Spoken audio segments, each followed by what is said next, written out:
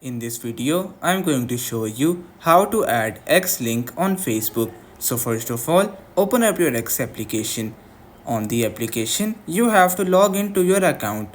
On your account, you have to tap on the profile icon which is present at the top left side of your screen. Now again, tap on the profile icon which is present at the top left side of your screen. On your profile, you will be able to see your username which is present right below your name. So you have to remember that. Once you're done, you have to open up your Facebook application.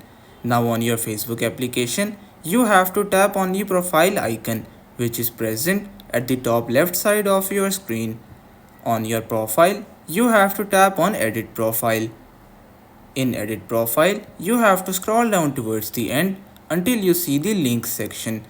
On the links section, you have to tap on edit. Now tap on add new link.